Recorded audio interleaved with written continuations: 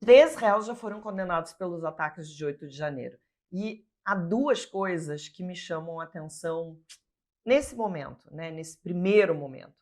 Primeiro, a contestação das penas. Eu não sei se vocês viram, mas tem gente que acha exageradas essas sentenças, que até agora variam de 14 a 17 anos de prisão. Então eu pergunto para você, é muito tempo de reclusão para quem se envolveu numa lista, vou falar, crimes de associação criminosa armada, dano qualificado pela violência contra o patrimônio público, deterioração do patrimônio tombado e golpe de Estado? Enquanto você pensa, eu quero trazer um outro ponto para a nossa conversa de hoje. No total, são mais de 1.300 pessoas indiciadas. Mas nesse meio aí, por enquanto, a gente só vai testemunhar os julgamentos de quem? Da massa de manobra. Eu quero saber se vão para a cadeia os líderes dos golpistas, gente graúda que estimulou esses ataques de 8 de janeiro.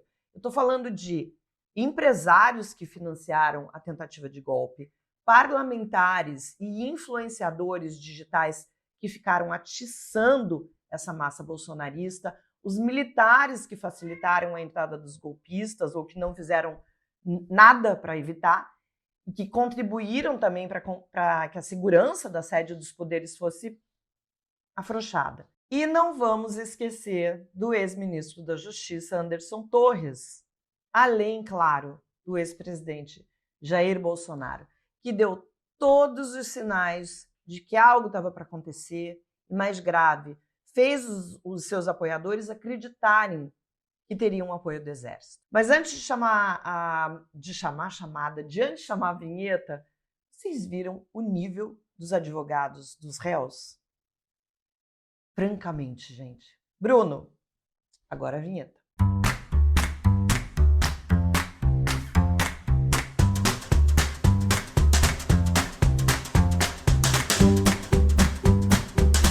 Antes de a gente entrar no assunto propriamente, eu queria falar sobre os advogados de defesa.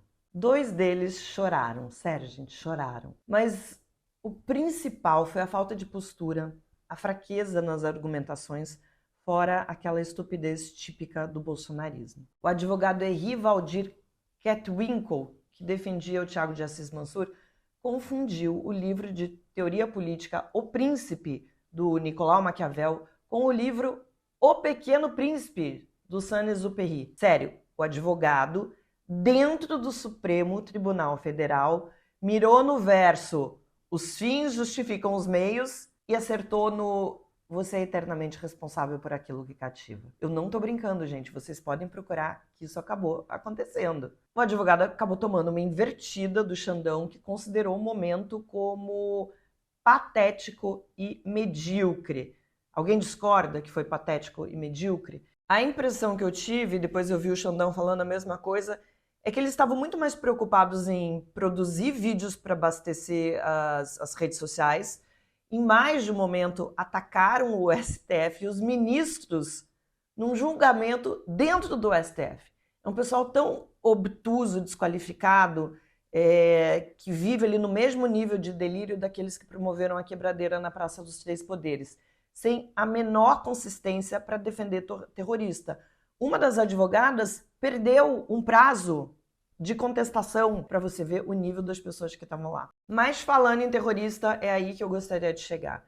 A gente está falando de terroristas. Ah, mas o fulano era um pai de família, era um cara trabalhador. Ah, mas o Beltrano era um funcionário público exemplar. Talvez eles fossem tudo isso, até o dia que foram brincar de terrorismo, atacando os maiores símbolos da nossa democracia. Ao longo do dia, eu vi algumas manifestações sobre as penas, gente que contesta a dureza com a qual os ministros julgaram e condenaram os primeiros réus envolvidos nos ataques do 8 de janeiro. Veja, eu acho que essas pessoas ainda não entenderam o que aconteceu naquele dia, ou, no mínimo, estão minimizando a gravidade dos acontecimentos. Estou falando de quem acha que está tudo muito pesado. Vamos lá, o país só não sofreu um golpe por pura incompetência dos envolvidos, porque não havia o alinhamento necessário das instituições para que isso acontecesse, gente. porque o exército não embarcou no golpismo, porque Bolsonaro é um covarde, porque tudo não era mais do que um delírio coletivo dessa massa bolsonarista. Agora, as sentenças foram baseadas em crimes previstos na chamada Lei dos Crimes contra o Estado Democrático de Direito. Olha que bonito. E essa lei pune ataques contra a democracia. Ela foi sancionada em 2021, quando foi revogada finalmente a Lei de Segurança Nacional, que era da época lá da ditadura militar. Essa lei incluiu no Código Penal um capítulo com os, abre aspas, crimes contra a soberania nacional, fecha aspas. São pelo menos 9 delitos, entre eles estão algumas infrações atribuídas pela PGR, Procuradoria-Geral da República, contra os primeiros réus do 8 de janeiro. Eu quero destacar aqui 2 delas, mas vale a pena ler sobre isso. Vamos lá.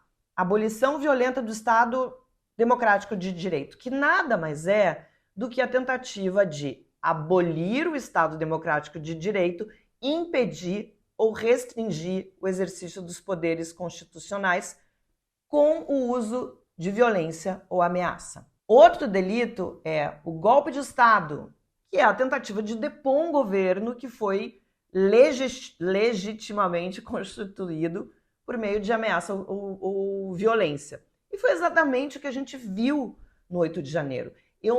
De verdade, eu não duvido que dentro desse delírio coletivo que essas pessoas viviam, os réus não imaginassem que seriam responsabilizados pela justiça e que poderiam enfrentar penas tão duras como eles estão enfrentando. Muitos ali acreditavam que tinham o apoio do exército, mas que estavam numa missão divina.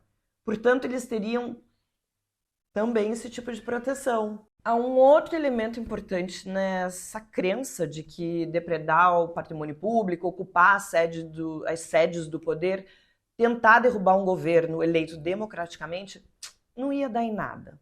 Porque tinha gente que achava. É a primeira vez que a Corte Brasileira julga civis por tentativa de golpe de Estado. É uma coisa inédita. A democracia andou na corda bamba, a gente sabe, nos últimos anos. Nós não voltamos a ser uma ditadura porque o Jair Bolsonaro e a trupe são absolutamente desqualificados, seja para governar o país, como a gente viu, a tragédia que foi, seja para brincar de ditador. Caso contrário, pessoal, a nossa realidade atual poderia ser bem diferente. Agora, como era esperado, houve divergência entre os ministros sobre o acúmulo de crimes, né? Quantos crimes foram, se foi golpe, se foi só vandalismo, e também sobre as penas. Eu vou dar um picolé de limão para quem acertar quem foram os ministros que tentaram minimizar a gravidade dos crimes e votaram por penas mais brandas, inclusive com regime semiaberto. Pois é, o Cássio Nunes Marques, por exemplo, em um dos votos disse que foram apenas crimes de dano ao patrimônio, não um ataque contra a democracia. Ele jura. Vai vendo. O Cássio disse mais. Disse que, apesar da gravidade do vandalismo, os atos não chegaram a consistir em tentativa de abolir o Estado de Direito. Tolinho. Só falta dizer que era um passeio de domingo na esplanada, que estava todo mundo ali simplesmente se manifestando democraticamente. Alguém já disse isso. Tenho certeza que alguém disse isso. O que a gente vai ver também é entendimento diferente sobre a quantidade de crimes imputados em cada réu, porque há diferentes provas sobre cada um deles, mas também por conta dessa passação de pano do Cássio Conká e do André Mendonça. O que vai variar também são as penas atribuídas aos patriotas. Ainda não dá para saber quantos serão condenados e presos, mas para você ter uma ideia, nos Estados Unidos quase 700 pessoas já foram julgadas e condenadas. Então, aos que estão aí achando que as penas são exageradas, que nem pessoas condenadas por assassinato, por exemplo, ficam tanto tempo presas, que há uma falta de equilíbrio nas sentenças, eu só digo uma coisa: eu acho é pouco. É pouco para golpista. Golpista merece cada um dos anos que vão ficar atrás das grades. É urgente e necessário que as nossas instituições punam com severidade todos os envolvidos nos ataques do 8 de janeiro, que não deixem dúvidas a quem atenta contra a democracia que este é sim um crime, e é um crime grave.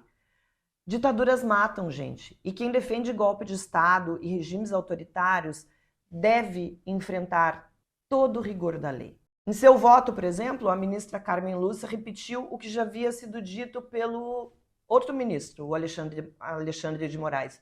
Não foi uma aventura, um passeio no parque, e sim um domingo de devastação, o dia da infâmia.